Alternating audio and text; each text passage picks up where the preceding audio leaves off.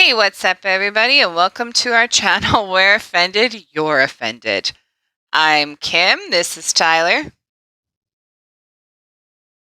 Just kidding, it's just me today. Good morning. Do I sound sexy? Yeah, you always sound sexy. Ooh. Oh, shut up. Shut up. Never. And where are you reporting from today, Tyler? My work desk Your work desk, and where is that located? in our house. Yeah. That's right. That's right. He's right next to me today. High five. Okay, well, thank you for everybody for tuning in. Same shit as always. Like, subscribe, share, and can check us out literally anywhere you want to listen to a podcast. We will be there, including YouTube and Rumble.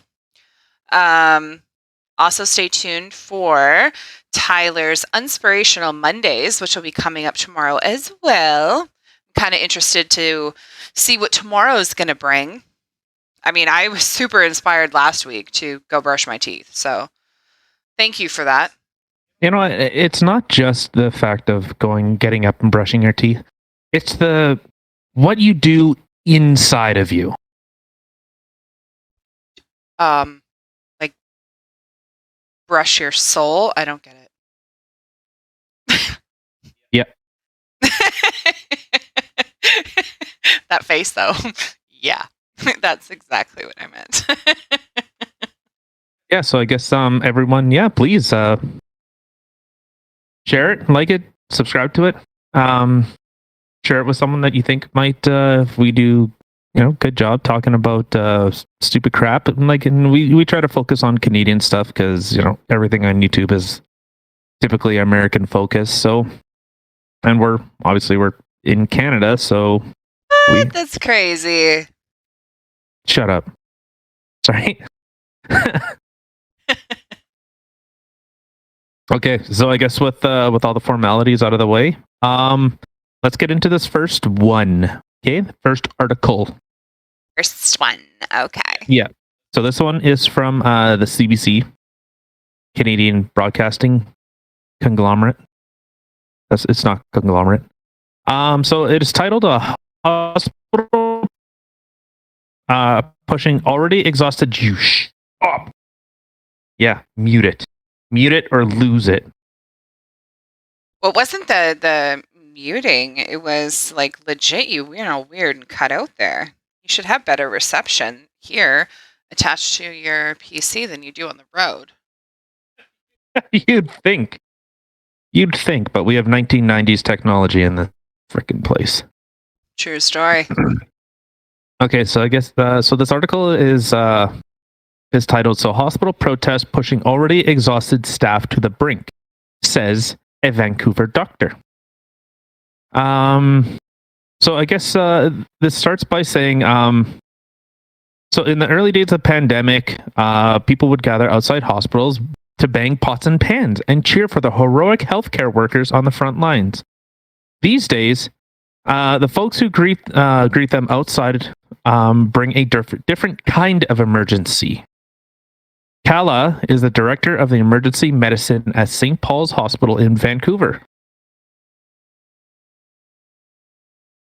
You muted that. Wow. I'm an idiot. I didn't mute my phone. I turned the Wi-Fi on instead because apparently I'm too retarded to figure out the two different symbols here. Wi-Fi, volume. All right. Well, so no more will be interrupting. Sorry about that. Carry on, my wayward son. Yeah, so one of several hospitals in the country that has been drawn for protests against mandatory COVID-19 vaccines and vaccine passports. I guess they kind of go a little bit further. I'm not going to read the whole thing, obviously. I'm just trying to find some particular parts. So what was the mood like in your emergency room these days as these protesters gather and continue? And the doctor was saying, there's a few emotions that are prevailing. One is just kind of weariness. Like everybody from COVID but particularly healthcare workers. We're just so tired of it.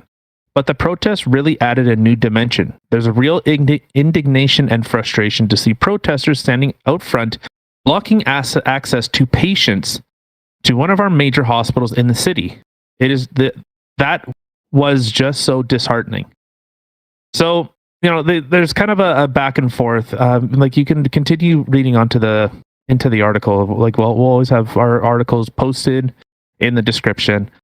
And I just kind of like an initial talking point. What? Why are you looking in like that? Yes, we will always have the articles posted in our description going forward. Clearly, I have been slacking on that one. Yes. So going forward, our articles will be posted. Yes. Sorry. So, yeah, people can kind of read along and kind of see where things are going, I guess, in terms of like the articles that we try to find. And I'm not going to read the whole thing. It's a lot of opinion piece and painting things in a specific light. So I guess there's like a section here. So I was walked out onto Burrard Street. Oh, I know where that is. Oh my God, it's so special. In front of my hospital, and there was an anti-mask protest going by. And one of the protesters saw me in my scrubs and turned and screamed at me, "COVID is a hoax." And after what I thought I just experienced in the emergency department, that was one of my low points before the protest last week. And so I personally, I'll say, COVID is real. I haven't seen it. And I'm typically a person that goes by like, if as long as I can see it, it's real. It's just like a tit job. You touch them, you can feel them. Well, obviously they're real. But I think that there's some people that get so wound up and so distrusting of the government. And I'm the first one to say, like, I don't trust government at the best of times. I've made that very clear. But when everything is seen as the government is just just being, what's the right way? Is like absolutely everyone is in cahoots. I don't know. I think maybe I give the government too much credit, whereas they don't give they give the government too much credit, and I don't. Like, that's, I don't know. It's I'm trying to think of the right way to phrase this. If enough people are saying that they are having problems, and you know what, I'm not a fan of people blocking people trying to get into a hospital. No. Like, you're more than welcome to protest. You should be able to protest. Protest to your heart's content. But when you start preventing people from going into a hospital, okay, now it's a bit of a different thing. No, to me that is beyond not okay.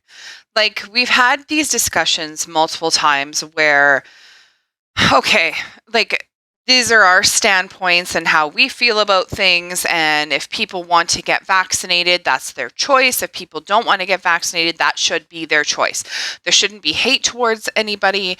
And everybody should just be able to have free choice in what they want to do without being penalized for it or literally shunned by the population. But this is literally no different. So you have people who are anti-vaxxers. Sorry. I'm turning into Dumbo here. I've been drinking. And so you have people who are anti-vaxxers, okay? Now they are preventing people from being able to go into the hospital. And this is whether it's COVID related or not. If somebody has an emergency or they're not okay. And to be completely honest, I had to take my son into the hospital on the weekend. Completely unrelated to COVID or whatever. Thankfully, there were no protesters. But if there were protesters that were blocking me from taking my son into the hospital, you better believe this mama would have been thrown down. Like, that's not okay. Like, you can protest if this is what you want. You don't block people from being able to get the care and the help that they need because you don't agree with it. You don't believe in COVID. Okay, fine, cool. Go protest about it someplace else. Don't be blocking people who need medical care and attention because of your selfish whatever. Like, well, okay, you protesting isn't being selfish, but you blocking people from going into a hospital, that's when you've turned selfish. That's not okay. If you want people to be able to listen to you, this is not the way to be doing it. You don't block people from being able to go in places for you to be heard. That's not going to get your point across. And honestly, you people, that's right, I said it, you people are giving all the other people, like my husband and I, who are not pro mandatory vaccinations or vaccine passport, stuff like that. We are not pro into that, but you give us a bad name because then we say our opinions and people right away, that's the first thing they come at us with is you're anti-vaxxer, you're anti-vaxxer. No, we're not. We're not anti-vaxxers. We're anti being told that this is what we are what we have to do. We're anti being forced into not being able to have our rights and do what the government is mandating us that we have to do when it goes completely against our, what is that called?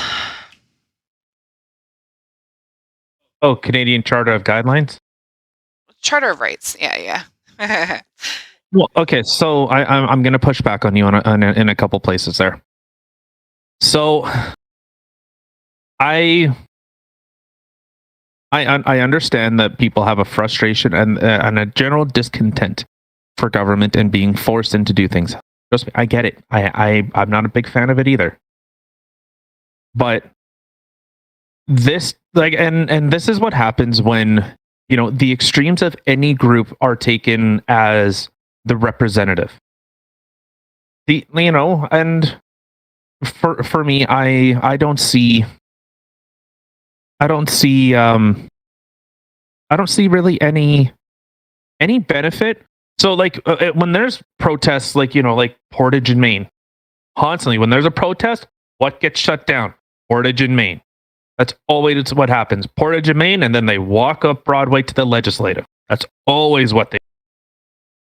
So, okay, and there were times like even in Vancouver, while there were protests on Burrard Street. There's like Burrard, I think it's Burrard. Whatever, where the is that Night Street turns into? Is it Night Street turns into something? And then it goes completely west. I can't remember. I can't remember what that intersection is. But I think it's by Clark Street. So for anyone that's in Vancouver area, if you know what I'm talking about. But so for me, I'm just trying to get on with my day. And you know what? I understand the civil disobedience. Cops will come out. Okay, you're blocking an intersection. It's unsafe. And they'll give you a ticket, send you to jail, process you, and then they just kick you out. Like, they don't hold you. Unless, someone obviously has something really bad. But in any type of stuff that's or emotionally charged, people, like, they dig in their heels super deep and just say, nope, all of this is fake. Okay, I can get what you're saying. I can understand that people say, well, it's not COVID, it's just a really bad flu. Okay, I can see where that argument is coming from, although I don't agree with it. But where I would come from is typically COVID doesn't enact policies. People enact policies in response to something. And if people are telling you over and over that you are going to die, you are going to die, you are going to die, if you don't do this, someone else around you is going to die, and there are even things like, oh, if there was a party, well, and someone dies from COVID and they can link it back to this party, well, the person whoever hosted it and the people that were there could be charged with manslaughter or something. Like, okay, like how extreme do you want to get with this? because That's a little much. well, and that's that's the pendulum swinging the other way. Is if you do anything that potentially could hurt someone else, maybe kind of okay. So I think I have no problem with people wanting to get it, and I've said it time and time again. I'll bust people's balls about if you do want to get the vaccine, and way to sell out or whatever stupid shit I say, but obviously like I don't care. And the fact that people post it on Facebook, it's like, oh look, I got my vaccine. Oh, yay! Gold star for you, snowflake. Like I don't know. I never made it public. Like I just don't care. Like no one needs to know that I did anything. Like if I went and said, "Oh look, I got I don't know, I got some freaking STD freaking vaccine." Everyone, look, now I'm not going to get the clap. Hey, you know what's funny? See, me too. Like I had gotten vaccinated. I didn't tell anybody about it. Like I don't even think my family had known about it till after the fact. But the girl, like, she made this like big deal when I was there, like the nurse or whatever that jabbed me. She like made the big deal. She's like, "Oh, thank you so much." Da da da da. And I'm just like, dude, I came for the sticker. I'm like, that's all I care about. She just kind of started laughing. Like, it's not a big. I don't know. For me, it's not a big deal. Okay, I'm here. I'm getting it. Like, it doesn't need to be a big thing. Exactly. I don't need to go and post it on Facebook. And guess what, guys? This bitch is vaccinated. Whatever, fuck. Yeah, and so I understand the people's argument. So I get that. I get the argument of if you let government do one thing, they're going to keep hammering and hammering and hammering. So one thing, anyone that follows, say like U.S. politics or Canadian politics, the Conservatives have kind of changed their ways. They used to be kind of very more staunchly like traditionalist and that type of stuff, and small government and limit spending, a lot more privatization, and in the U.S. it's a little more exaggerated. It's like the Republican side doesn't really, just says no, no, no, no, no, over and over and over. The Democrats will say, we want to push for universal basic income, and the Republicans say no. Okay, then the Democrats say, oh well, we want to increase taxes for the highest 1%, and we want to lower taxes for da da da. And Republicans say no. Well, we want gun control. We want stricter gun reforms. And the conservative, or the Republican Party just says no. So, if someone keeps hammering away at a door, eventually that door will break. And that's kind of what the like the Conservative Party in Canada, as for an allegory for like our Republican Party. So Liberal Party is going to push, hey, we need more spending, we need more social programs, we need more. And the Conservative Party is always just the one saying no, no, no. Typically. But Mr. Aaron O'Toole has switched that he wants to be liberal light. So instead of saying, coming from a principled position and saying, these are the documents, like our Charter of Rights, this is what we need to enshrine and ensure that all laws are tailored around in order to protect that as much as possible. Not, carve chunks out of it or take little bites out of it until, what do you have? You have a Swiss cheese document. So I can understand their position. I was in conversation with someone yesterday, and we were kind of talking about this, and the point that I ended up bringing up was, so they were saying, like, if you look at the numbers, say out of 100 people, 5 people will be hospitalized, 4 of them would be put in ICU, and less than half of that person, of one person, would die. So if you took a sampling of 100 of them, which, okay, I understand. And my argument has been, we were bringing, or I guess the thing that I was bringing up was, our healthcare system is strained at the best of times.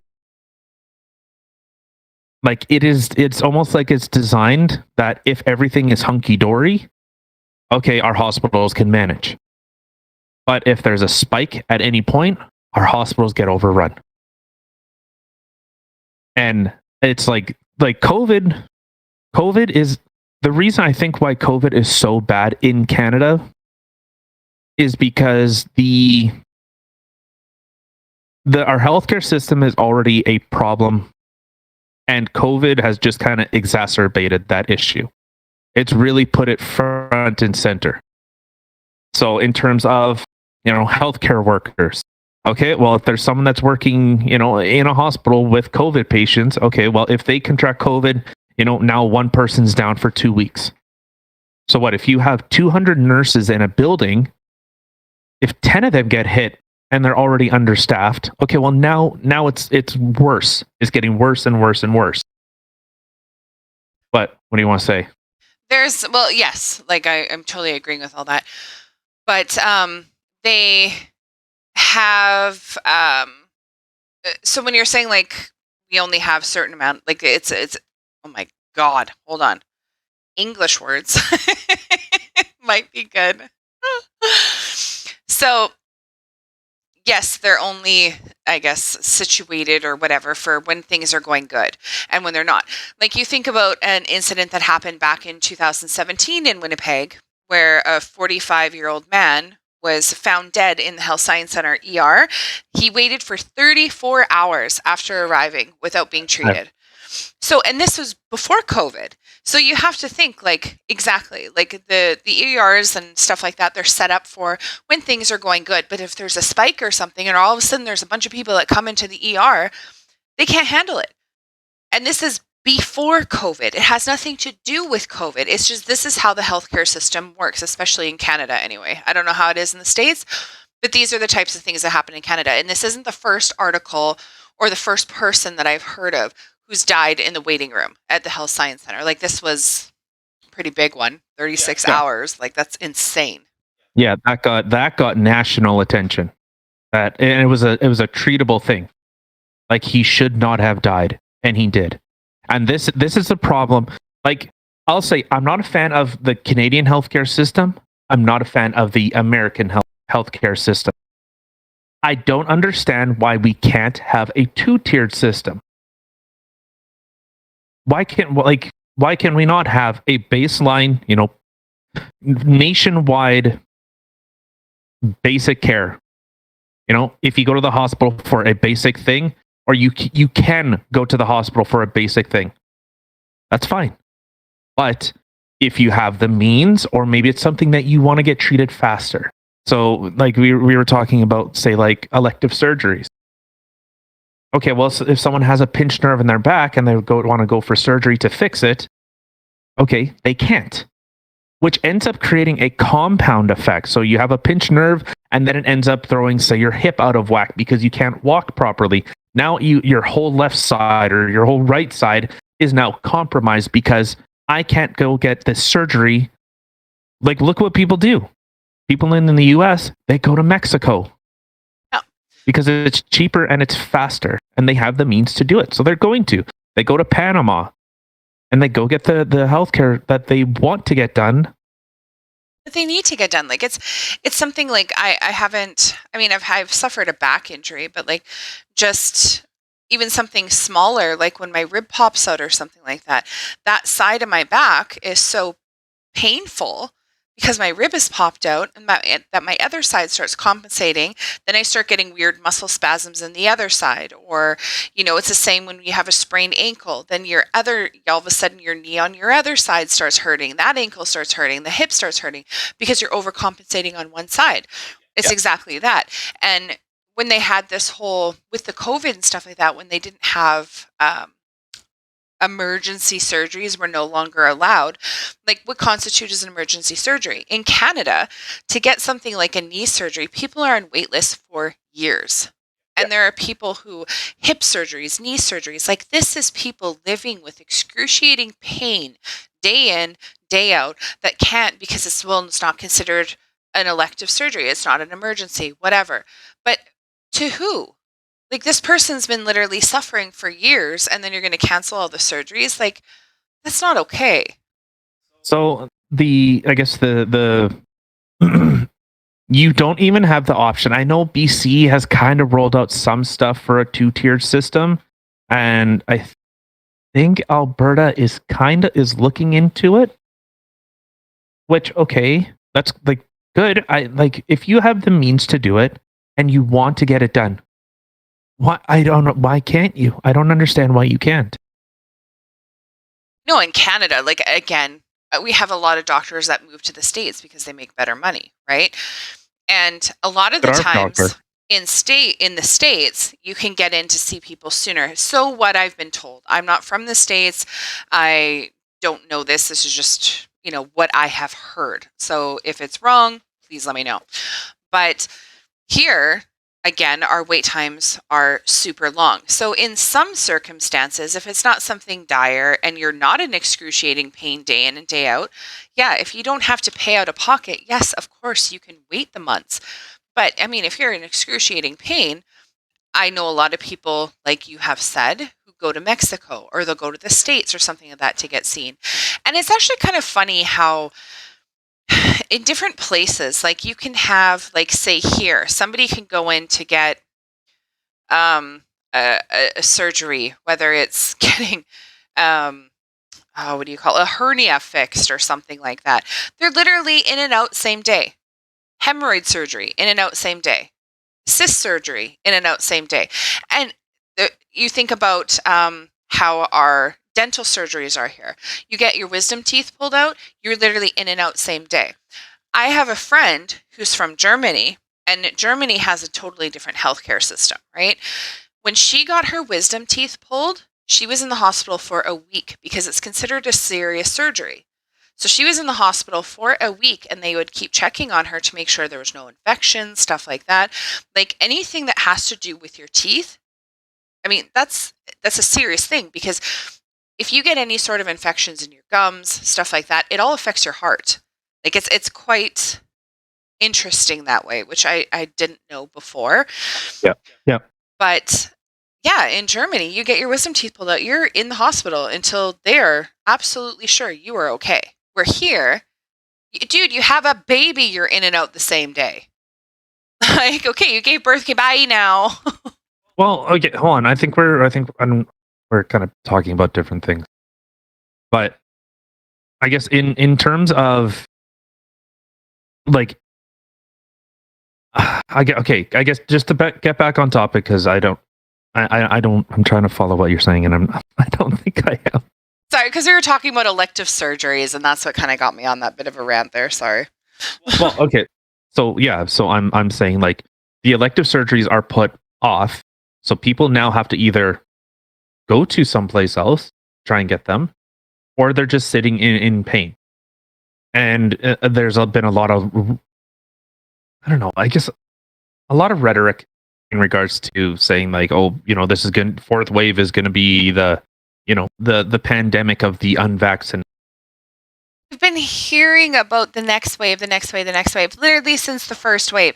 Oh, the next wave is going to be so much worse. Oh, the next wave is going to be so much worse. Like, this has been nonstop. Every wave is always going to be so much worse than the next. Well, and so I guess yeah, our healthcare system is strained already. You can see it.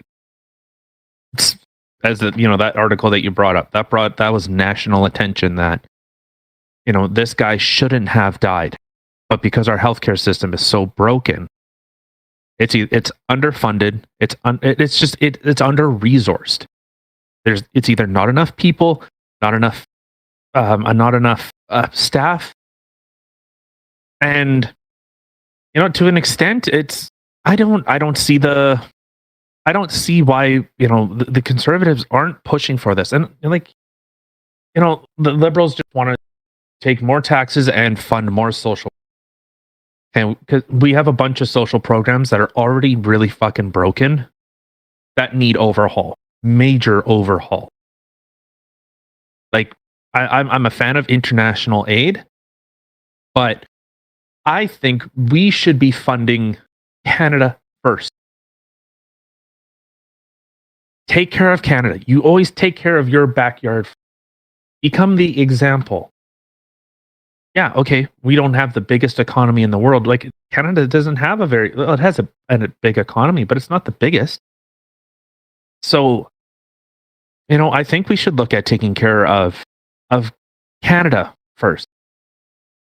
And I guess there was a saying that with regards to being like a business owner, and it was train your staff so that they can leave. Treat them well so they don't. Just look at all my friend, he's a doctor, or he's a scientist, and he's leaving. All our great talent leave. Is he really? Yeah. Why? Better money, better opportunities. Is it in the same type of field that he's in, or? I believe so. Yeah. Wow. I didn't know that. So yeah. So, a lot of skilled labor is leaving.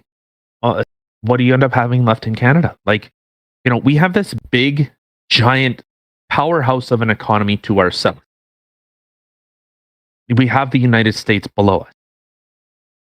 And that is a massive help to Canada.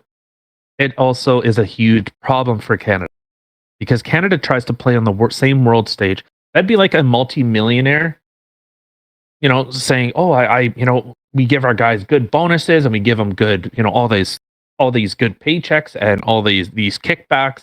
They get 6 weeks vacation and all this stuff. And you work the same kind of job, and just like, man, I get a week off, and I have to pay for my own health care. Like, why? But I can go there. Like, and they're hiring. They're like they want people to come there. Like, they need more people. So why would I stay in this crummy job when I can go to that place and I get all these benefits? So I guess when I was talking to him, because I guess we were talking about like the healthcare system, how it's a single payer, or it's private payer, or I guess it could be done through insurance. So I was running the numbers in Canada per year. We spend about $15,000 a year on healthcare, regardless if you use it or not. So when I had Blue Cross with the last company, $250 a month. In the 2 years that I used it, so like say for glasses, how much did glasses cost me? The lenses were covered. Do you remember? I don't know. You could probably remember this better than me, but it was the lenses. Lenses are covered. Frames are not. Right? Or is it a portion of the lenses, but the frames are not? No, well, see, but I had benefits too, so I don't think you paid anything. You did. Yeah. Yeah. That's really weird because with my benefits alone, it's $450 for every 2 years. So, but it covers for your lenses, your frames. Hold on. Lenses, frames, and contacts, right? It's only a portion of the eye exam. That's what it is. So you have up to the 450, but only a portion of the eye exam. So you have to pay that little bit for the eye exam. But that's the weird thing. We both had benefit. Oh no, you only had the benefits for eye care for me. You didn't have eye care through your work. You had other stuff for your work. That's what it was. Because like dental and stuff, like you never paid anything. And then when I got off of it, mute yourself. So when I got off of this benefits package that I had, so like I said, it was $250 a month. We spend about $15,000 per year on a hospital for our healthcare system, regardless if you use it or not. So that $250 over the 2 years, let's say when I got my glasses, I remember paying for something for my lenses. It was either the lenses or the frames, but you look at the frames, they're like $300. Well, yeah. So like I said, it's 450 for glasses or contacts or both depending. But if your frames were 300 and then you have to pay for the lenses, so then yeah, you are going to have to pay extra on top of it because it only covers a certain amount. Yeah. Okay, so let's look at it this way. I spent $6,000 a year on on the medical insurance, for like Blue Cross. I said over 2 years, you're muted. I know I'm muted. I was just talking to you. Because you said in the year you spent 6,000. I was just saying no. It's 250 for 12 months, so it's 3,000. Mm-hmm. So in the 2 years, yes, 6,000. Yeah, so it was 6,000 for 2 years. So since I bought these glasses, and then I've been to the dentist, I think like 3 or 4 times. So that, what is a dental visit? I don't know. Was it $125? For like your basic cleaning and stuff like that. Yeah, that sounds about right. Not including if you need x-rays or something. But even when I did x-rays, I think it was 180 something, or maybe it was 200 something. Okay, so let's say it cost you $200 per visit. Okay, so let's just, I'm just gonna pull up a calculator quick. So $250 times 12. So over a year, obviously spent about $3,000. Of that $3,000, so let's say I spend, I don't know, $500 on an eye exam and new glasses. So that's $500, $2,500. Okay, let's say I go to a dentist 2 times a year. Okay, so let's minus another $200 for one visit.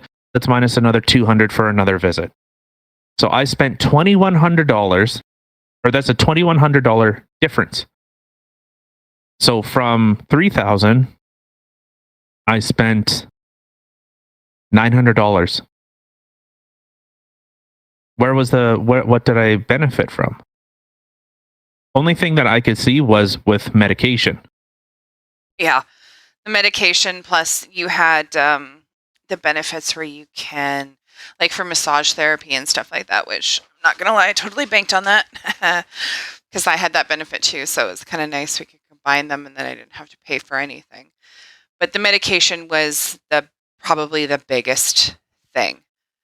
But I mean, okay, but that's with your coverage. So, okay, never mind. No, you were doing that without coverage. Yeah. So honestly, with our medications, would we spend $2,000 on medication a year? Oh, probably. Hold on. Let's just see. Well, see, okay, with just my benefits. Okay, so I'm taking the 80% off, right? So what I'm paying monthly. Okay, so I guess kind of the ultimate point that I'm making is, At least with my 80% off, I'm still spending $2,400 a year. So 100%. That's with 80% off. Okay. Yeah, we will cap it. Okay, so I guess let's say with that medical insurance, you spend that $3,000 per month. For the hospital, you spend $15,000 a month, regardless if you use it or not. So, yeah, that's a year. You spend $15,000 per year. What did I say? Did I say a month? Yeah. Oh, sorry. Okay, so you spend $15,000 a year. So in total, let's say I spend about $18,000 per year for a hospital that I never go to. For I don't know, like what could you do with an extra $18,000 a year? A lot. Like that's a lot of money. So many things. And so I would, even if there was, I think when I was looking into it, somewhere in the States, or not in the States, they spend. It was was it in Europe? I believe it was in Europe. They have like a similar kind of 2-tier system. So people pay less in taxes, but they also have the opportunity to use a private hospital. So your taxes are less, and you can now vote with your dollars. But so, okay, I know we've kind of gotten really, really off topic, but I'm just I guess the ultimate point that I was making is our healthcare system is already strained and underfunded and understaffed, and this COVID has just kind of made it look a lot worse. And I think maybe the discussion should be had that maybe we should be looking at a two-tiered system instead of saying, "Oh, Canada's healthcare system should be it's world class." And what world? Third world? Like, okay, yeah, we like at least we got it. That's okay, cool. We got it, but you what? If you have to wait years to see a specialist? What? Yes, which is absolutely ridiculous. And to bring it all the way back to where this originally started, and then blocking people by protesting. Like, I mean, people who Yeah. are sitting there waiting years to be able to go into the hospital, or they have an emergency, and then you're sitting there protesting outside and not allowing people to go through. Again, you want to protest, that is your right. That's totally cool. Do it like where you're not affecting people going in and out of the hospital. What is that doing? Like, you're literally just having other people suffer because you want to be heard, and that's not okay. Yeah. So I guess this will kind of segue a little bit. Like I'll just, I guess, to summarize my kind of idea with the hospital protests and people, just being just dumb. I'm sorry, just being dumb. Like, go protest on the sidewalk, let people through, because I promise you, if people are protesting and those people protesting say, part the way, like fucking Moses and the Red Sea, they just let that person through. And then they let the person through. Maybe you get someone that says, "Hey, what are you guys protesting?" And they're saying, they get to say whatever they're protesting. That we think. I don't know. I don't know what these people are. They're just saying, COVID is a hoax, and yeah, okay, we want our freedoms back and on all this stuff. Which I agree, and I understand. Well, I don't agree that COVID is a hoax. I think the response has been way beyond. I think the response to something that, as that discussion that we had was that less than half that person would have died if you took that 100 people. Which, Yeah. Okay, so now if you take 100,000, okay, so yeah, I understand like the scaling up, but it almost kind of reaffirms that our system cannot handle our system can't even handle a bad flu season. There's medical emergencies declared because of it. So I think if people, let the people that needed to go to the hospital or just wanted to walk down the sidewalk and said, hey, we're protesting that we think, these lockdown measures has been so extreme. Have a dialogue. Really have a dialogue with people. Don't say, oh, because if you already come from being on the attack, people get defensive, and they now they're less inclined to hear what you have to say because they feel like they're just being attacked. So this will kind of segue into, this is a bit of an older article, and it was from the National Post. So, and this was it's titled "Ethics Debate Whether Anti-Mask Protesters Should Forfeit COVID-19 Medical Care." So this past weekend, hundreds of Albertans rallied against mask orders. Demonstrators gathered outside a house in Montreal's posh Westmount neighborhood they thought mistakenly belonged to Quebec's premier. While in Ontario, police and bylaw officers saw to an illegal 60-person party at a Mississauga Airbnb. Some guests fled as police arrived. 27 others were slapped with an $880 fine, and the host issued summons carrying a minimum $10,000 fine. Holy shit. Yeah. So this article kind of continues on to say things like, so in Canada, demonstrators have argued that the appeals and orders to mask or limit social gatherings violate their charter rights, including freedom of peaceable assembly, or peaceful, sorry, peaceable. I don't know. Freedom of peaceful assembly and freedom of association, which I agree with. But a doctor said that there are no free-for-alls in a plague, and that a threat to others justifies limitations on individual civil liberties. Doctors have a long-standing obligation to treat everyone regardless of sin. The doctor was stated, saying, we have an ethic of trying to treat all comers in medicine, and that's good. However, should people willfully engage in behaviors known to potentially harm others, then if you get sick, I think you have an obligation to think about saying, let others go before me because I wasn't responsible. That statement right there is very, very dangerous. If you are a real believer in liberty, then you have to say, I'll pay the price. That statement right there is super dangerous to say. Because, I'm sorry, we live in a free country. With freedom comes with its own inherent risk, right? Right. Okay. Yes. Okay, so people that we all know, smoking isn't good for you. Food's high in sugar. Apparently it's really fucking bad for you. Damn it. I think, and I've said this before, if a product came out today that was, defined use of what tobacco is, it would be banned. It would be a banned product. A product that is exclusively designed to kill its user. That's its designed purpose. But our government makes a lot of money off of it, which I don't understand. We'll tax the fuck out of sugar. They tax cigarettes. They keep increasing the taxes of cigarettes over and over and over. They keep raising the price. People find a safe alternative. Oh, well, we need to ban that too. Right? And I'll say, I quit smoking because of vaping. That's where I quit smoking. So, okay, yeah, you traded one bad habit for another.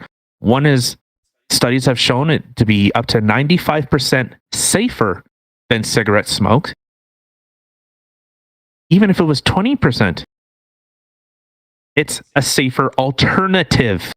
That's the point. It's an alternative. And that's who you talk to, though, because I have so many people that are like, oh, vaping is worse than smoking, blah, blah, blah. And I'm like, oh my God. And they were literally teaching that to our kids in school about how vaping is worse than smoking. And the funny thing is that a lot of people have used vaping to quit smoking. A lot of people will go from smoking to vaping to nothing. I am still vaping, but not smoking regularly. Now, when I smoked regularly, just a little backstory, I was literally smoking over a pack a day, and it cost me over $500 a month to smoke. That was before smokes went up these past 2 years. Like the past 2 years, smokes have gone up increasingly, like insane. So every year. Yeah. And sometimes multiple times a year. Mm-hmm. But Yeah. I mean, the funny thing is that now they're trying to ban the flavors, right? For kids. What? To protect kids. Yeah, because it's too enticing for kids. Get fucked. They had, in the States, they used to have a bunch of cigarettes that were different flavors and stuff like that. Camel smokes. A friend of mine who was a truck driver who drove in the States used to bring me back smokes from there, and they would have different flavors all the time. I had vanilla, I had a coffee flavor, I had da-da-da-da-da-da, and the list goes on. And the thing is, okay, I think I like vaping better because of the taste of it. It doesn't taste as gross. My clothes don't stink. My hair doesn't stink. My mouth doesn't feel like something just died in it. Like it's better, and it's really helped so many people. And now they want to sit there and ban stuff like that. And the funny thing is that back in the day when smoking was a thing. It was one of those things where anybody who's anybody smokes. It was the rich people, The the elite, the movie stars. They would all smoke, and because it was one of those social things where it just looked cool. And the funny thing is, when people used to do it then, they weren't addictive. Then the government put additives in it to make it addictive for people, because they're like, hey, this is our way that we can get people addicted and we get money. Ka-ching! So they made it addictive to everybody, but now they're trying to tax the fuck out of it, raise the prices, because in their mind, raising the prices is going to entice people to quit smoking. But then the one thing that does come out to help people quit smoking, they want to ban that. Do you see where this is going here? We're going to raise this up because we want you to quit. We're going to put all these warning labels on there. We want you to quit smoking. Oh, but this has helped you quit? Nay. Let's ban that shit. Because they don't want you to quit smoking. They do not want you to quit smoking. They want you to keep smoking, and they want to keep raising the price because they want to get more and more and more and more and more out of you. That is the bottom line. Okay, so this Dr. Kaplan. I'm sorry, Dr. Kaplan. Actually, I used to have my family doctor was a Dr. Kaplan. Me too. He was a great guy. I really liked him. He really was.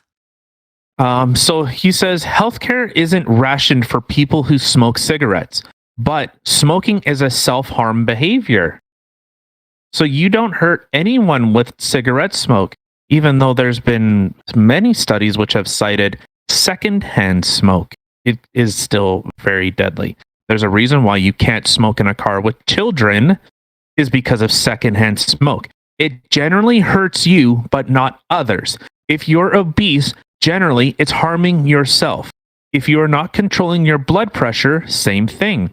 The scarcity of donor organs sometimes requires giving lower priority to people unable to control harm to themselves. That is, I like.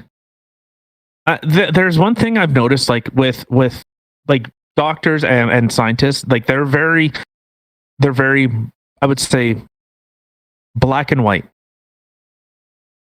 Like there's no nuance. Okay, so this doctor is literally saying,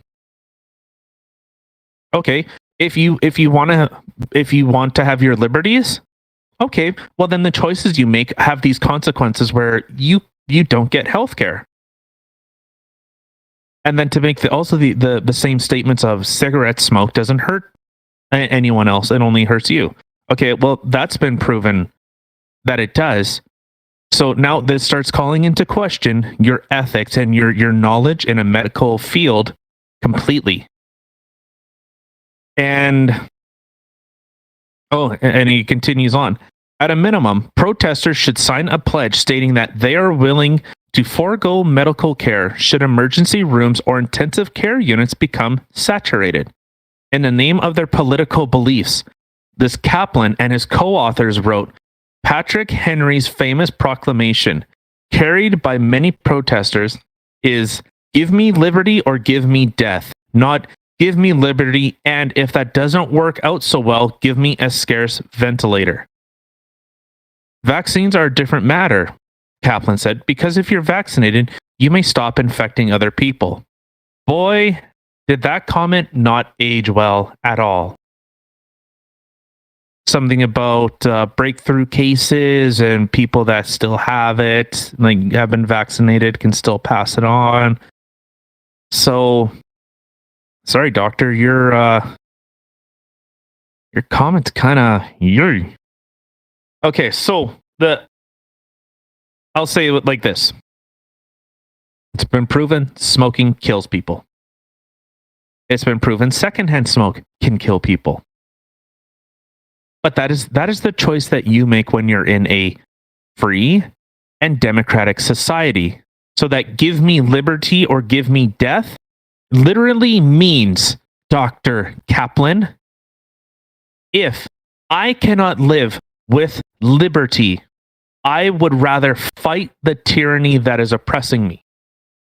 So either give me the freedoms to make my own choices, or I will fight for those rights. to party.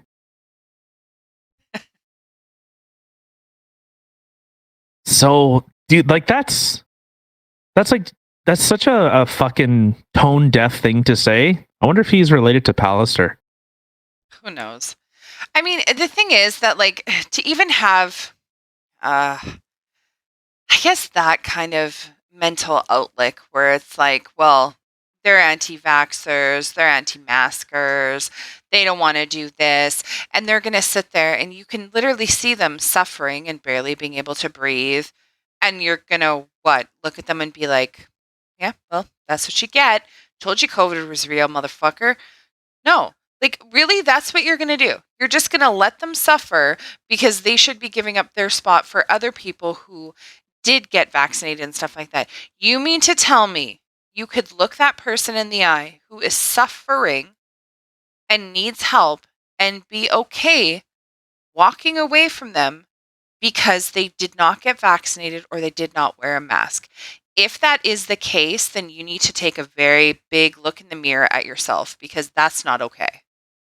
So there's actually articles in the Geneva Convention for combatants and the standards that if you have prisoners of war, how you have to treat them. You have to actually give them food, give them medication, things like that. You have to, even though that just a couple hours ago, they wanted you dead.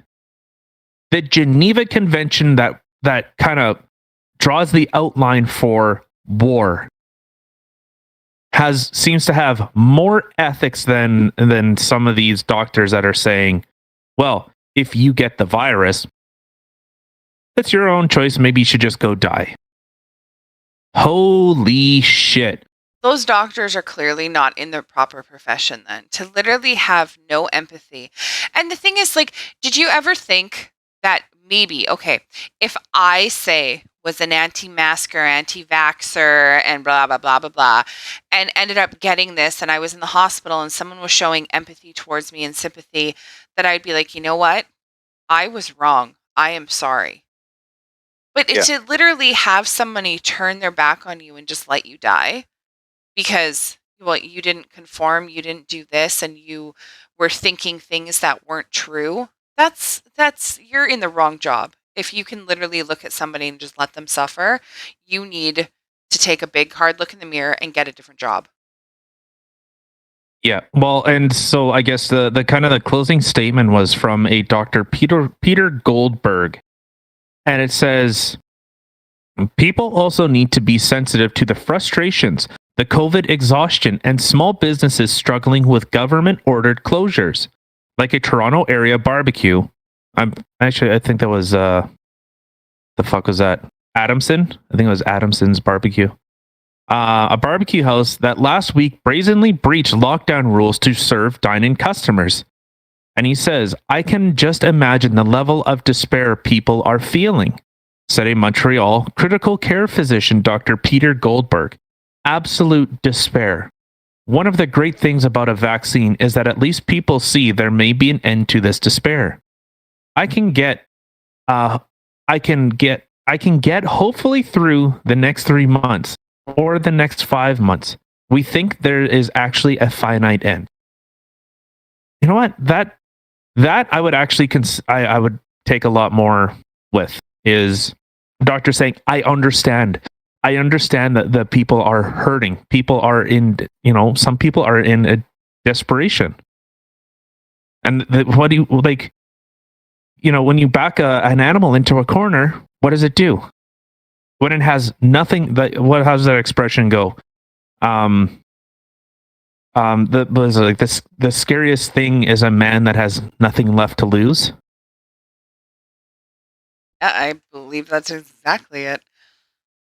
So that's like, if people think they can't go to work, they can't see their friends or see their families, and they're isolated. Obviously, like this has kind of lifted a little bit, but I don't know.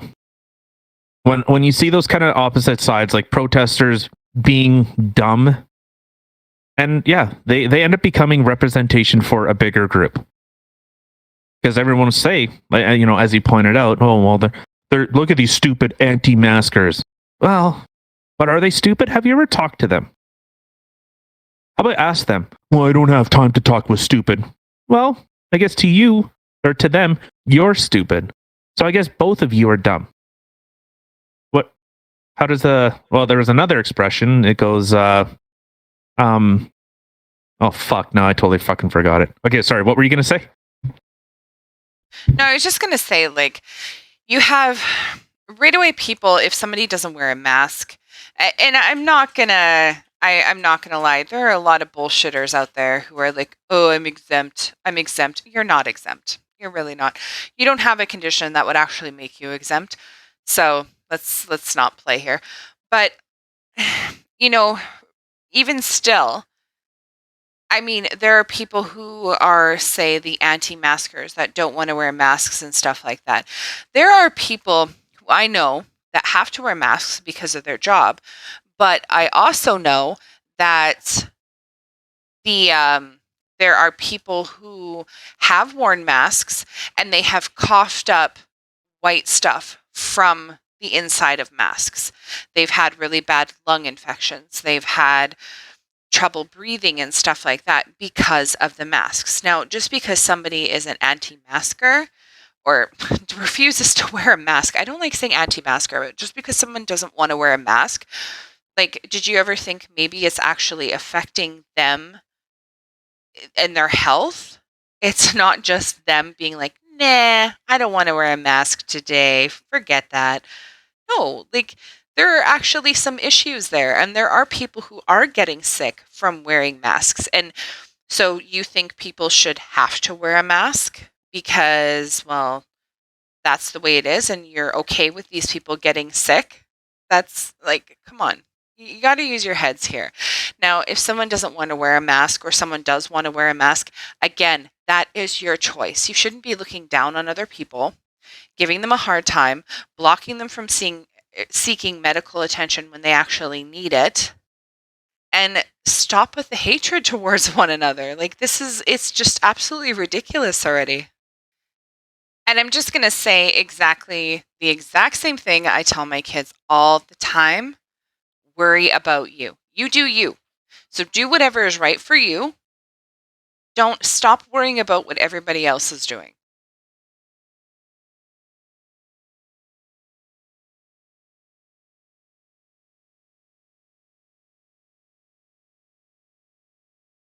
No, I don't hear you in the slightest. Because I'm muted. Okay, so I guess the phrase is better to remain silent and be thought a fool than to speak and remove all doubt. So, Dr. Kaplan, people in stone houses and all that, right? Glass houses, you mean? Fuck did I say? Use that stone.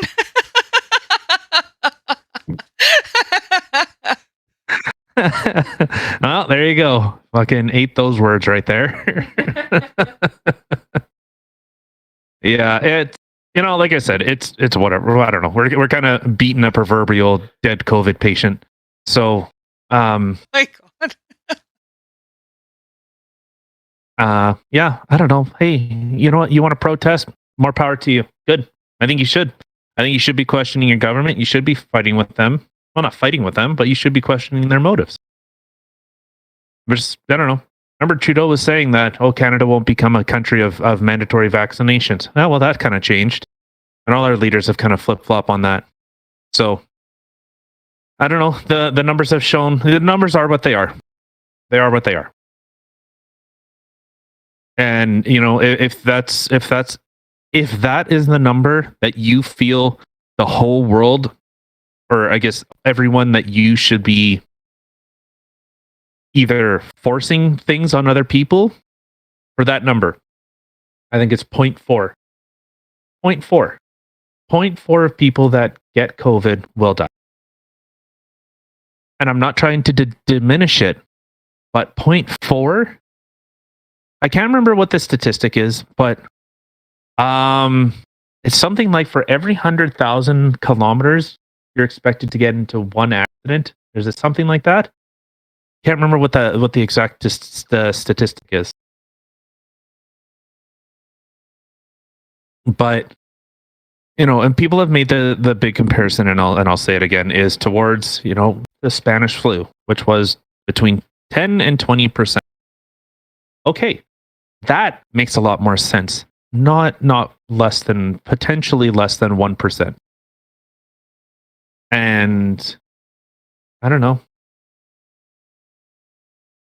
It's just it's crazy to see that there's such a big divide. And I listen to doctors.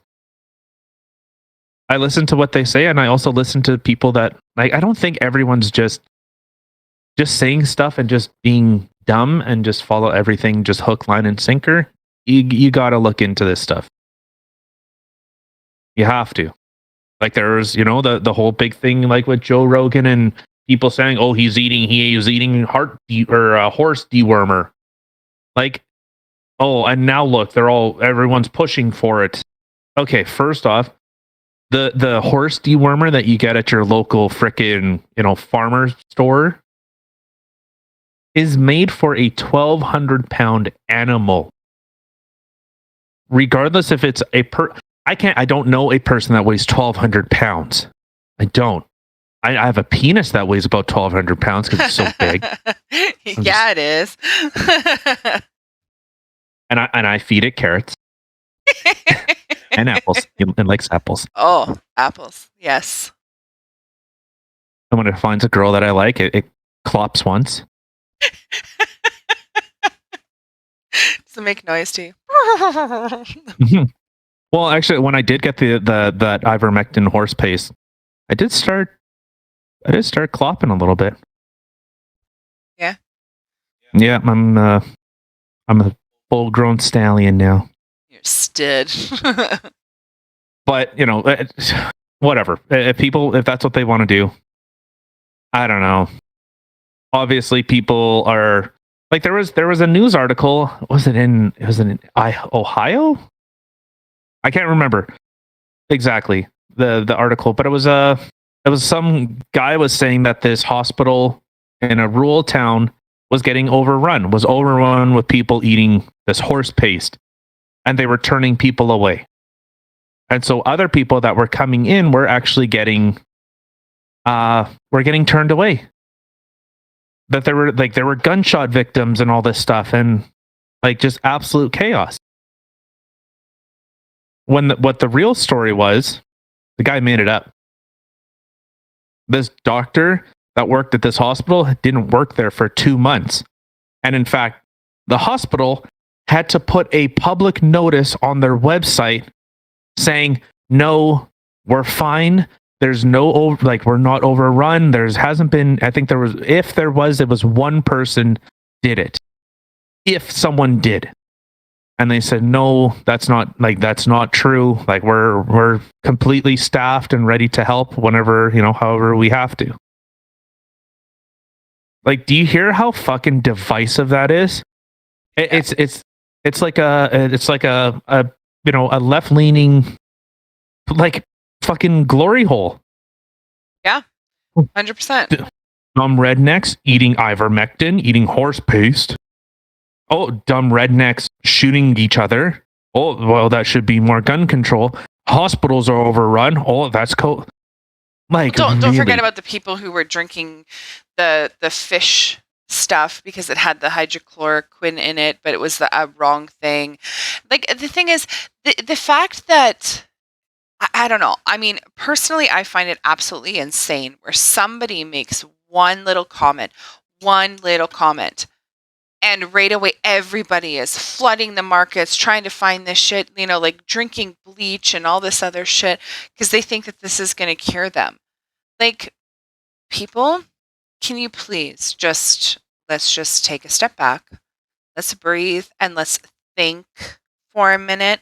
Just because somebody says the sky is purple doesn't mean that it's actually purple. Can you just use your heads just once, please? Okay, but hold on. No, what you're saying is wrong. Sorry, it's wrong. Yeah, good. You fucking choke. Yeah, see, that's what you get. Tough shit. No, you had your chance. What part was wrong? Well, the bleach thing. That was completely debunked. The hydroxychloroquine was something else. It was fish tank cleaner. And the one article, the one person that actually did it, poisoned her husband to death with it. She did it on purpose, and then she said, Trump told me to do it, so I did it. No, she has a track record of being a Democratic voter and a donor. And there was some infighting between her and her husband, and she ended up killing him with it. So everyone says, look, this person died from, look at what Trump said. No, that's not what he said. And if you're dumb enough to drink fucking bleach thinking that it's going to clean your insides, you're a fucking retard. But see, that is my point. That is my point. So I'm not wrong. I'm saying that there are dumb people out there who literally hear the tiniest little thing and they take it for verbatim instead of actually stopping and thinking or realizing what it is that somebody is saying. They just hear that key word and right away, oh, I got to get this. I got to go drink some bleach because that's going to cure me. Use your fucking head. People are that stupid. That was totally debunked. You mean totally it was debunked? Like debunked how? As in, that never happened. That never happened. Oh. Well. Yeah. I'm saying if you are dumb enough to drink bleach, okay, maybe you deserve it. I'll agree with that. There you go, Dr. Kaplan. Fucking bozo. I really hope it's not the same Dr. Kaplan. No. I think Dr. Kaplan, because he was on the Henderson Highway. Yeah. Yeah. That's so weird that we had the same. He grew up my titties. He grew up my man titties. Yeah, I did. No, he didn't. No, he didn't. No, he was a good guy. I really liked him. Do you remember the little box of like toys and stuff you used to go through? Oh, yeah, it was cool. Yeah. No, he was a pediatrician. Yeah, no, that stuff. If it happened, so there was another one now about the whole hydroxychloroquine or not ivermectin thing. You know, the horse paste. So they were saying like something like CDC calls have gone up. Fuck, was it either?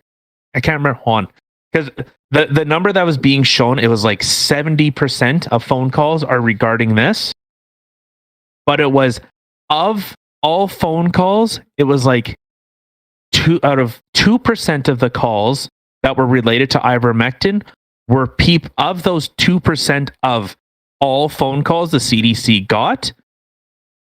Of that 2% of ivermectin, 70% was of taking ivermectin. Okay, that is a really clusterfuck of a thing. Like that is super reaching then. They're saying 70%, so you're assuming that, okay, say out of the 100 calls that they're getting, 70 of them are due to this. That's total misleading. So that's why I'm just looking up the number, the exact number. Okay. So I'll try and okay. So,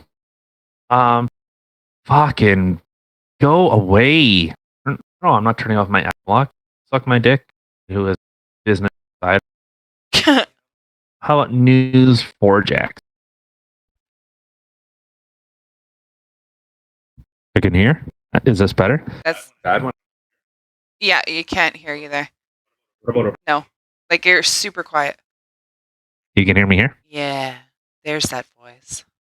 Okay, so at least 70% of recent calls to the Mississippi Poison Control Center have been related to indigestion of livestock or animal formulations of ivermectin. So non-hospitalizations have been reported. Most callers, 85%, have had mild symptoms. Okay, I'm trying to see. No, this is just about the same thing. But it was like of the 70%, or out of all the calls, of the 2% that they actually got, 70% of them were actually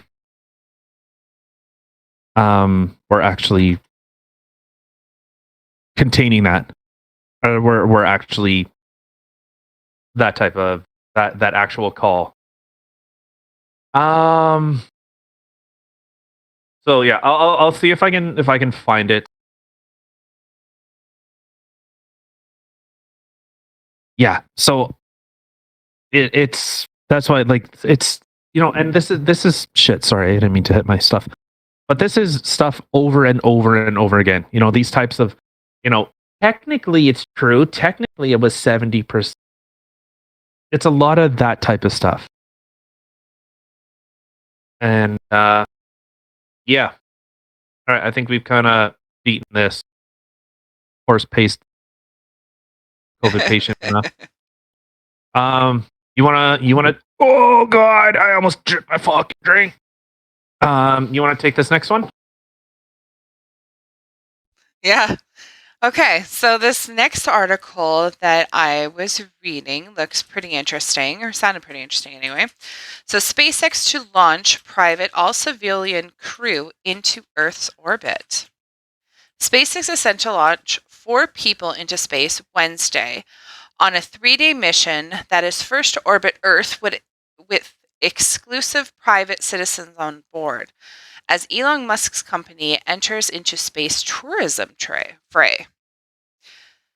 The Inspiration 4 mission caps a summer that saw billionaires Richard Branson and Jeff Bezos cross the final frontier on Excuse me, say that name again. which one? Richard Branson and Jeff Bezos. Bezos? I said Benzos. Bezos? I can't say names. Bezos? Is that it? Bezos? The Amazon guy? No. Jeff Bezos? That does sound familiar, though. Fucking Amazon guy. He's the Amazon guy. Oh, okay, that's helpful. Okay. Anyway, so the Amazon guy. Okay. So there are 4 people that are going to be going into space, which are all civilians, like I had mentioned. SpaceX flight has been chartered by American billionaire Jared Isaacman, a 38-year-old founder and CEO of payment processing company Shift4 Payment. He is also a seasoned pilot. The other ones, the youngest, Haley Arsenault, is a child bone cancer survivor who represents hope. She will become the first person with a prosthetic to go into space. Are we going to the moon? She asked when she was offered the spot. Apparently, people haven't gone there in decades. I've learned that, she said, laughing at she learned it on the documentary. The 29-year-old was picked because she works as a physician assistant in Memphis for St. Jude's Hospital, a charitable beneficiary of Inspiration 4. One of the donors secured the seat of generosity.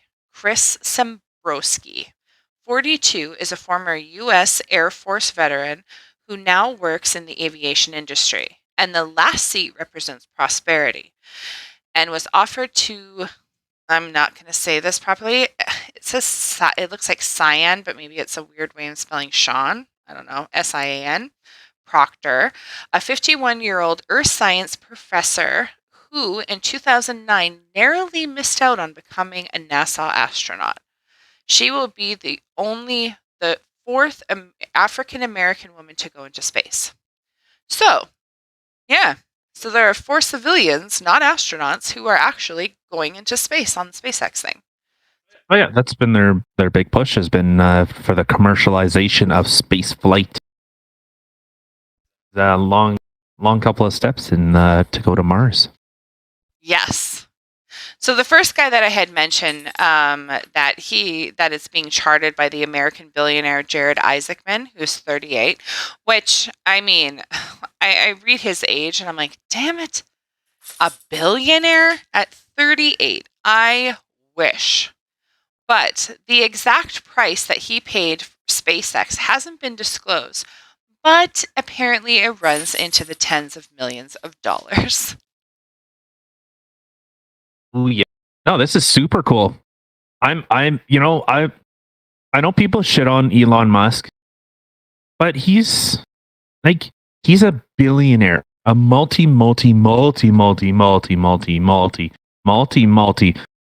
billionaire. I don't think you said multi.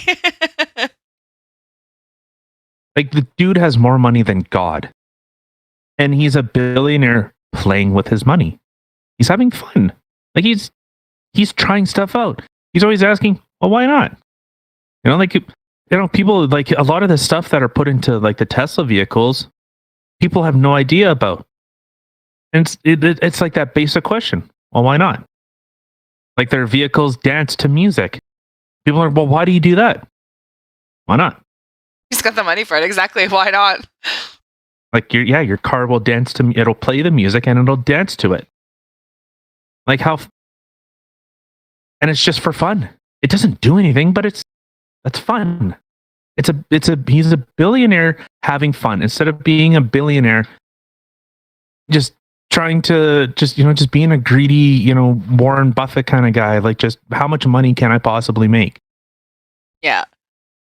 And not to knock Warren Buffett, like, he's gotten where he is. Like, these very well-known wealthy people, they've gotten there somehow. If you're banging their way up to the top, or they've done something that has changed humanity. They fucked their way up the corporate ladder. Yeah. Okay, as long as you understand. Yeah, I know, I got it. No, what? No, I was just going to say, it said that the stated goal of the mission is to make space accessible for more people, although space travel remains, for the moment, only partially open to privileged few. In all of human history, fewer than 600 humans have reached space. We are proud that our flight will help influence all of those that will travel after us.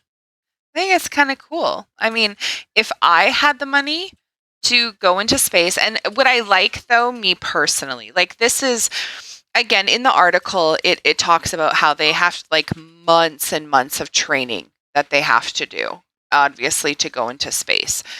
But I think it's really neat that, that these people are going, and they're not just your typical astronauts. Like, these are just, I mean, obviously they're rich people, but, well, I can't even, no, they're not rich people. The one guy is really rich. The other people, they were picked to represent other things. And they had the privilege, I guess, to be able to go. And I mean, if I had the money or the option to go into space, especially for 3 days, like, the thought of being launched into space and being up there for years, that kind of scares the poop out of me. I'm not game for that. But a 3-day trip to be able to see Earth from space, that would be some cool ass shit. Something that you would never be able to, like, I don't think anybody could pass that up, but nothing you could ever, like, replicate. Like, you could never do anything that would be remotely as cool as being able to see Earth from its atmosphere. That's so awesome. Okay, so I did article. Fuck you. I found that article. And this was from the Daily Wire, which was actually initially done by the Associated Press. So it says, in an article published on August 23rd, 2021, about people taking livestock medicine to try to treat coronavirus, the AP erroneously reported, based on information provided by the Mississippi Department of Health, that 70% of recent calls to the Mississippi Poison Control Center were from people who had ingested ivermectin to treat COVID-19. State epidemiologist Dr. Paul Bears said Wednesday the number of calls to the Poison Control Center about ivermectin was about 2%. He said of the calls that were about ivermectin, 70% were by people who had ingested the veterinary version of the medicine. So, doing the math, a total of 1.4% of the calls to Mississippi Poison Control were from people who said they had ingested the livestock version of ivermectin. So, technically, I just wanted to bring that up. SpaceX, Elon Musk being a fucking baller. Right? I love it. I want to see, billionaires doing this kind of cool stuff and having fun with it. Have fun, like, as the expression goes. I know I use a lot of really quotes, or I'm a very quotey person, but a hearse doesn't come with a trailer hitch. Have fun, enjoy it. And he's trying stuff. He's trying to do stuff. Good on you. Yeah, and like when in history, like well, never in history, have people who aren't astronauts been able to go into space. Like that's such a cool option to be able to give somebody an amazing once in a lifetime experience without again having to be up there for years doing things for science and stuff like that. Like it's awesome that they're bringing it to, I can't even say like the everyday person, but because these people are either rich or just really privileged. But I mean, if I had that option, fuck yeah, I'd do it for 3 days, even a week, 2 weeks, whatever. But like, I would 100% do it. That would be such an amazing experience you'd never be able to replicate ever. Yeah, I'm excited. It's a cool time to be alive. It's like a renaissance of space travel. It's a private sector. It's not governments doing it. That's what I find crazy. This is the private sector. So they actually have a commercial bend to it as opposed to just discover just for the sake of discovering. It is, maybe like low Earth orbit flights.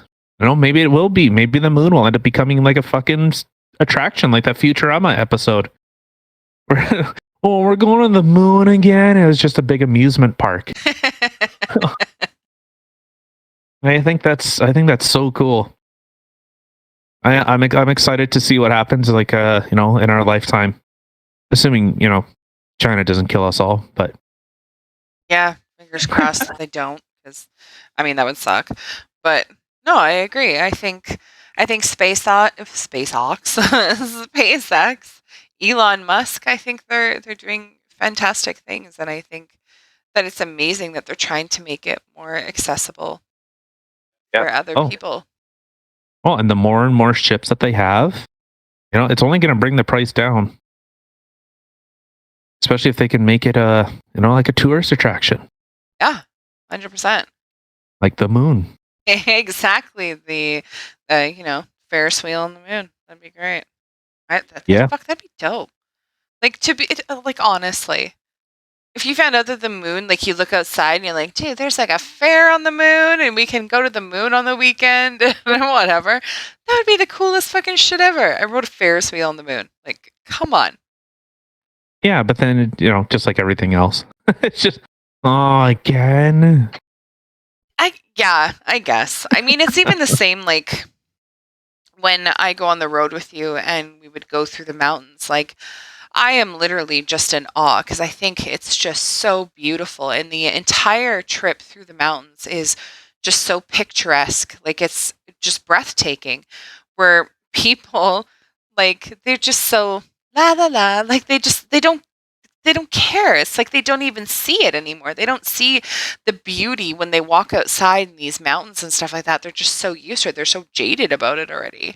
Like it's a little sad. I'm not gonna lie, but Yeah. Yeah. No, it's pretty cool. I'm excited. I'm really excited.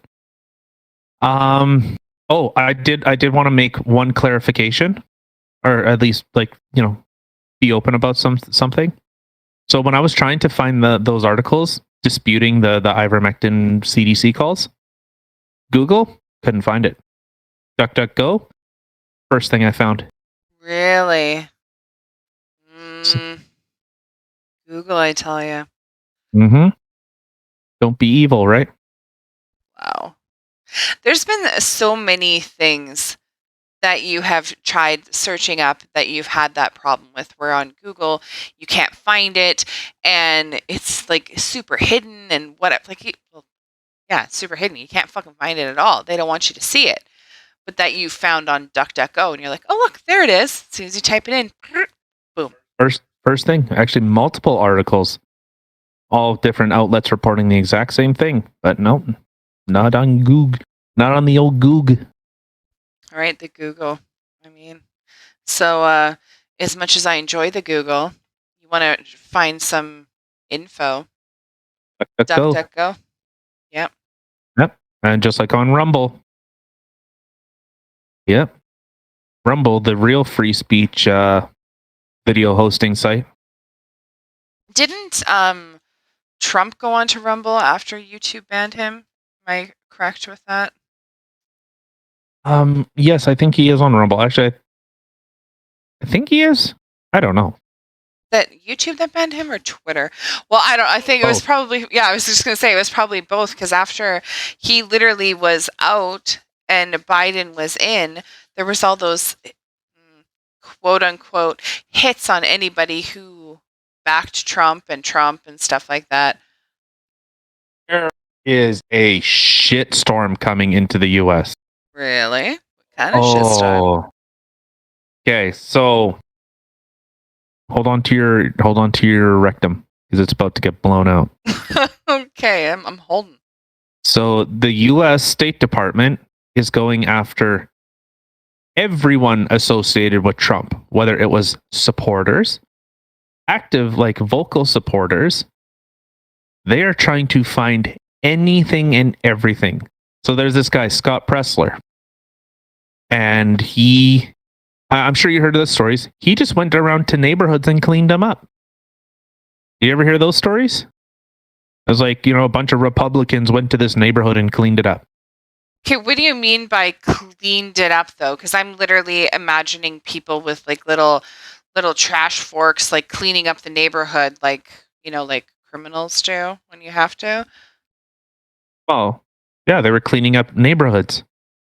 They were just going in, cleaning up, like old couches. Like they were saying, like they removed like 80 tons of garbage from neighborhoods. Garbage. Oh, ew. So you are talking exactly what I'm envisioning. Okay. Yeah, so they just went to neighborhoods and people were so happy and grateful. And he just said, like, hey, it's just Republicans. Like, we're just, trying to take care of these communities, trying to help. And people were super happy, but they were, in the media, they were being portrayed as like these white people coming into black neighborhoods because black people can't take care of themselves. Oh my God. Someone's like worried about the earth and the environment and just, trying to help make a neighborhood look nice. And there has to be some hidden agenda behind it. Oh, of course. Yes. My mistake. Fuck. Yeah. So the U.S. State Department is, they're the whole January 6th commission. They want to find out why all this happened and why Trump did this, even though he didn't do it. But yeah, no, there are big problems in the old US of A. Yeah, and you think Canada's bad. I mean, I think you're cutting in and out. I said, and you think Canada's bad. I think it doesn't matter where you go. Like, there's too much fucking bullshit going around all over the place. And just for, just a little F your eye there, I accidentally let go of my rectum and it's like across the room right now. Yeah. Oh, I can't even remember the articles. I can't remember the stuff that I've seen that the government is going after these people that. Okay. But this is politics like 101. Is you make a big deal to make your opponent look really bad, and you hammer home the point that these people are evil, evil, evil, evil. We can have differing opinions, and I'll just say this: the people that don't agree with what I think and the way that it, like, I'm sorry, I'm a big L libertarian. Like I, live and let live. I understand that there are some things like regulations that need to be done, but I think people should have the freedom and the choice to do what they need to do. Amen, brother. But the fact that there are other people that feel it necessary to do things to encroach on other people, we can have differing views. We can have differing views and we can still be friends. But, just understand that just because someone disagrees with you doesn't mean that they're your enemy. So I think people really need to stop that type of stuff. We can have differing views. 100% agree with that one. All right, let's pack this up. Let's get the fuck out of here. Okay. So, just with one little quote here. I'll say a quote this time. When ignorance screams, intelligence shuts up. Your peace and tranquility are worth more. Adapted from an unknown author. That's not part of the quote. I'm just saying it. I'm aware of that. Okay, you could just say like, I don't know where this came from, but Yes. when ignorance screams, ignorance shuts up. Your peace and tranquility are worth more. Adopted from some dude or chick. I don't know. I don't. Something toaster. I don't know, but I just like that quote. I thought it was really good. Mhm. Yeah. So why'd you pick that one? I don't know. You're on the thing, and I can't really fully see it all right now. There we go. I think because there are too many people out there that are they're ignorant. They're just blindly. I don't know how you would say, like, just they hear something and they're just blindly going with it. And there's just a lot of ignorance. People don't know. They don't ask the proper questions. They have no idea. And when people are constantly screaming things at them that don't have any value, I guess, it's just when intelligence shuts up. Like they don't sound intelligent anymore. They're just talking shit. Well, I would look at it more as, some people that just aren't, that don't pay attention, and just, we can make this argument either way. When people are just shouting regurgitated things and they haven't looked at the information themselves, okay, that is fuck you. That is being ignorant. But people that are informed, okay, there's no point in arguing. It's not worth the time. You're arguing from a place of being from information, and you're arguing to a position of being uninformed. Yes, but it's also okay. Think of it. Think of an argument like that you're having with somebody. Okay, so say you and I are having a discussion, and I'm just well, sure. See, that's the difference between an argument and a disagreement. We can disagree about things, but if we argue about something, arguing is emotionally charged. A disagreement is logically concise. Because if you said, well, climate change isn't real. I said, well, what makes you think climate change isn't real? Well, and then you spew out a bunch of information that says that climate change isn't real. And then I could counter with, well, but there's been noticing these types of trends, and these types of things have. So you can have a disagreement. Disagreement is an interpretation of fact. Argument is just interpretation of emotion. Okay, well, now that we got that straightened out. You want to see my nipples?